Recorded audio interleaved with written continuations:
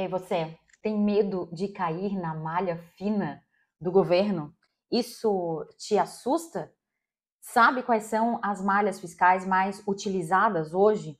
Acompanhe esse vídeo porque eu vou te trazer 10 situações de cruzamento de dados da Receita Federal com o teu CPF. Então, fica atento.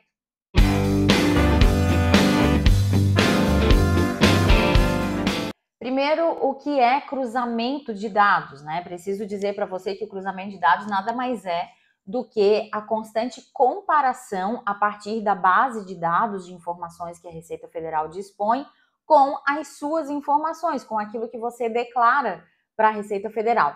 Esse cruzamento ele ocorre de maneira automatizada, então os computadores da Receita Federal fazem isso, e caso alguma incompatibilidade ou alguma divergência seja apresentada na pessoa física ou na pessoa jurídica também, você é convidado a prestar contas com o leão, com a Receita Federal. O sistema desenvolvido pela Receita Federal, ele é altamente moderno e está em constante aprimoramento. Ano a ano surgem novas declarações, surgem novas possibilidades de que a Receita Federal atinja o contribuinte final através com as suas redes, né, o seu cruzamento de dados. E quando há, claro, divergências no sistema, nas informações, instaura-se um procedimento para fiscalizar o ocorrido e apurar se teve fraude nesse sentido. E se tiver fraude, né, a empresa, por exemplo, que está irregular, pode ficar sujeita assim a penalidades, a multas, assim como a pessoa física também, quando ela cai nessa rede da Receita Federal. Então, eu vou te passar 10 situações para você ficar atento por aí. E, claro, lembrando que o ideal é que você pague seus impostos com tranquilidade, em dia, de maneira correta, dentro da melhor tributação possível aqui no Brasil, para fugir desse tipo de malha. Primeira delas que eu vou trazer, especialmente aqui para os psicólogos que nos acompanham, é a questão do imposto de renda. Então, o imposto de renda, ele é uma das fontes de malha fiscal, umas fontes de cruzamento de dados. Isso porque você entrega um recibo para o teu cliente, para o teu paciente, ele tem inclusive o Pix da tua conta bancária, e aí o que ele faz? Ele declara no imposto de renda dele, ele oferece isso como sendo uma fonte de desconto lá dentro da declaração dele, e claro, a Receita Federal sabe que você recebeu lá do outro lado, né? Então, as duas declarações são cruzadas. Se você declarou aquele cliente, ok. Se o cliente somente declarou, alguma coisa estranha está por aí. Então, esse cruzamento de informações, ele pode se dar tanto para o psicólogo quanto para quem está fazendo a declaração de imposto de renda, se por um acaso esse psicólogo não declarou. Então, saiba que você pode cair na malha por não ter pago o imposto, mas ele pode cair na malha se você não declarou, porque ele pode estar usando uma despesa que é ilegal. Então, ele tem que comprovar isso junto com a Receita Federal muitas vezes. Segundo tópico, movimentação financeira. Saiba que todas as instituições financeiras, né, bancos privados, eles prestam esclarecimentos às Receitas Federal através das suas declarações. Então, onde constam, né, todas as operações, todas as movimentações financeiras realizadas por cada usuário dos seus serviços. É importante que você saiba isso, né? A Receita recebe essa movimentação financeira. Então, se caiu lá na tua conta R$ 5.000, R$ 50.000 nesse mês, é óbvio que a Receita Federal já sabe dessa informação, não adianta omitir.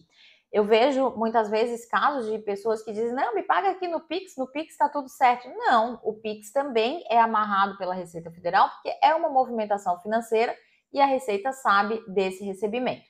Terceiro ponto aqui, as despesas médicas, né? Então, a DMED, é a Declaração de Serviços Médicos e de Saúde, ela vem também para amarrar essa questão. Eu falei ali do imposto de renda logo anteriormente, e repito aqui, né? Médicos, dentistas, psicólogos, fisioterapeutas, clínicas médicas, todas essas informações são amarradas. Isso porque quando você vai numa clínica com CNPJ, se você, psicólogo, tem uma clínica, né, com CNPJ, saiba que o seu escritório de contabilidade entrega mensalmente para a Receita a base de dados. Quantas pessoas foram atendidas por você dentro daquele período? E é assim que a Receita sabe, então, né, tem esse banco de dados das informações. Quarto ponto, rendimentos e imposto de renda retido na fonte. Saiba que quando você presta serviços como psicólogo para uma pessoa jurídica, por exemplo, essa pessoa jurídica, ela precisa reter impostos na fonte, como, por exemplo, o imposto de renda e o INSS. Esses impostos, eles são informados para a Receita Federal através do CNPJ dessa pessoa jurídica que te contrata. E claro, isso pode ser através de planos de saúde, por exemplo, que você atende, enfim, várias questões aí que envolvem a retenção de imposto de renda na fonte. O mais importante disso aqui é que na tua declaração de imposto de renda você não pode esquecer nenhuma fonte pagadora, porque afinal de contas as fontes pagadoras já informaram que te pagaram para a Receita Federal e você deve colocar, inclusive contando com os centavos. Por que isso? Porque os números precisam bater. O número da tua informação precisa bater com o número da Receita Federal. Depois, cartões de crédito, né? As instituições financeiras, as administradoras de cartão de crédito também prestam informações à Receita Federal, através de uma declaração chamada DECRED, Declaração de Operações com Cartões de Crédito. Informam semestralmente toda a movimentação das pessoas físicas e pessoas jurídicas realizadas através de cartão de crédito e de cartão de débito. Então, né, se você gasta aí no seu cartão de crédito 8, 10 mil reais e está declarando 4, a conta não fecha, né? Então, fica antenada, fica ligada aí, fica atenta e paga os seus impostos corretamente. Se você está recebendo para isso, pague os seus impostos. Atenção, né? Outro item aqui, quando você faz algum tipo de doação de incentivo, né? Doação de incentivo fiscal, os ministérios e órgãos responsáveis pela administração dessas doações de incentivo também fazem essa base de informações chegar até a Receita Federal. Isso vale também para partido político, por exemplo. Doei aqui 100 mil reais para um partido político, mas não declarei no imposto de renda. Opa, né? Vamos aí com calma, precisa sim colocar isso lá, porque a Receita Federal sabe da tua doação.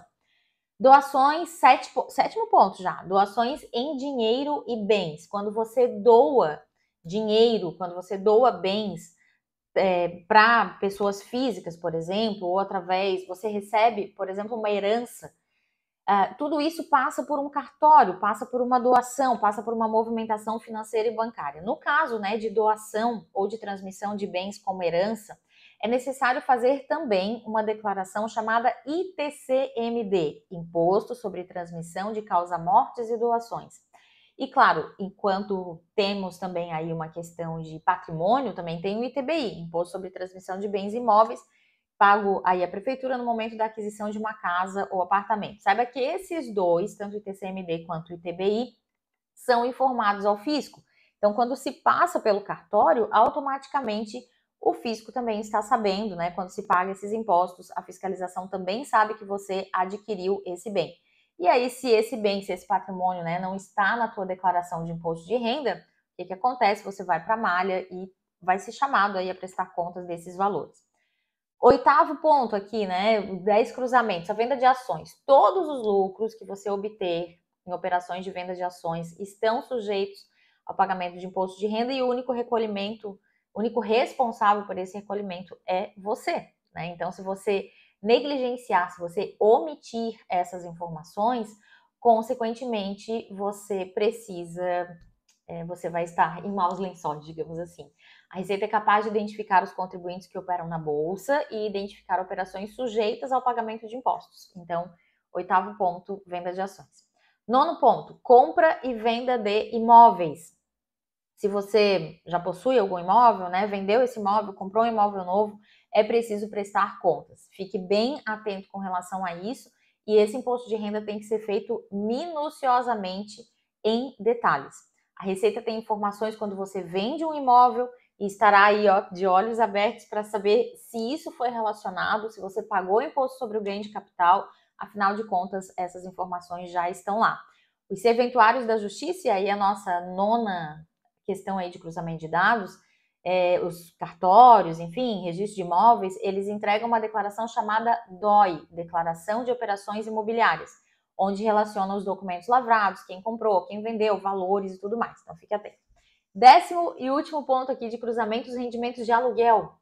Se você acredita que tem um imóvel, recebe locação e vai não pagar os impostos sobre ele, está muito enganado, né? Então, desde Airbnb até as questões relacionadas à imobiliária precisam ser declarados, né? E quem recebe também diretamente do seu locatário, do seu inquilino, né? Então, também precisa fazer esse recolhimento de impostos. Os valores que você recebe e declara em seu imposto de renda precisam estar detalhados e o fisco sabe dessas informações porque as imobiliárias, em geral, entregam a DIMOB, Declaração de Informações sobre Atividades Imobiliárias. Enfim, como você vê, tem muitas oportunidades ótimas, excelentes aí para fiscalização te achar, te descobrir, né? Desde o cartão de crédito, cartão de débito, os valores que você movimenta nas suas contas bancárias, isso tudo faz com que a Receita Federal saiba qual é o teu padrão de vida, de que forma você administra o teu dinheiro por aí. Então, muita atenção, fique atenta, fique atento a tudo isso e não caia na malha fina. A minha dica aqui para você é a seguinte: declare certo. Essa é a minha dica como contadora. Faça muito bem o seu trabalho, fique bem com relação a isso, aos seus impostos e, consequentemente, ganhe muito bem. Eu tenho uma frase que eu gosto muito que ela diz assim, ó, que eu sempre penso nela: quanto mais imposto eu pago, mais dinheiro eu ganho. Então, tribute corretamente. Vamos ao nosso resumo desse vídeo, os 10 principais cruzamentos que acontecem. Então, de imposto de renda para imposto de renda é o número 1. Segundo, movimentação financeira, o que acontece lá na sua conta bancária. Terceiro, despesas médicas. Quarto, rendimentos e imposto de renda com retenção na fonte. Quinto ponto, cartões de crédito. Sexto ponto, doações, muitas vezes feitas de incentivo. Sétimo ponto, doações em dinheiro e bens. Oitavo ponto, venda de ações. Nono ponto, compra e venda de imóveis. E 10º ponto, rendimentos de aluguel. Se esse vídeo foi útil para ti, lembra de curtir, de comentar, deixa tuas perguntas, as tuas dúvidas, que eu estou aqui para te ajudar. Até o próximo vídeo.